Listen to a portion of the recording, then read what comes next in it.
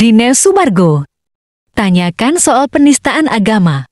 Oleh Oklin Via. Jawaban Khalid bikin kagum. Ustaz mau lihat dulu nggak videonya ini? Izin ya. Nah, ini isunya cukup rame karena ini bicara tentang pakaian ini, Ustaz. Nah, Ustaz boleh lihat dulu kali. Ini clean. Kalau ini clean. Dia ini yang dia sedang dibahas. Iya, jadi dia kan berpakaian muslimah. Mengenakan hijab, berpakaian yang cukup agak ketat, kemudian kontennya seperti tadi. Nah, ini pandangannya di masyarakat lagi rame karena menginginkan banyaknya wanita itu terkena penistaan agama. Nah, kalau dari pandangan Ustadz sendiri, apakah ini termasuk menista agama atau tidak? Iya, tentunya. Tentunya, karena kan dia masih bisa buat konten-konten lain.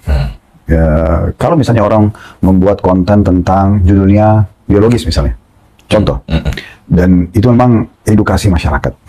Dalam arti kata memang ilmiah, kan tidak ada masalah. Tapi kalau kayak cuplikan seperti ini kan, udah jelas arahnya, semua orang bisa membaca.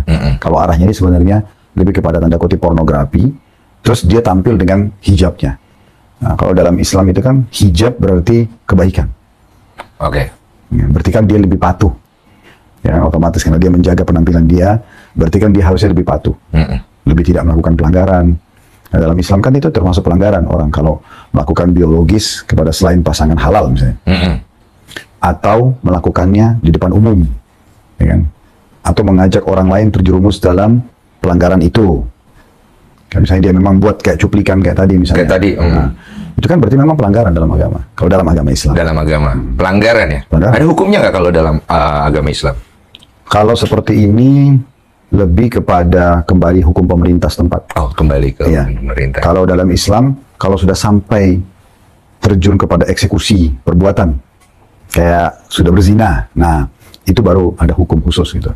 Oh. Nah, dia sudah membunuh, nah gitu kan. Tapi kalau dia baru buat cuplikan, dia mengajarkan kepada orang, nah ini ada hukum tertentu, tapi tidak sampai pada level pelanggaran kalau dia sudah melakukannya.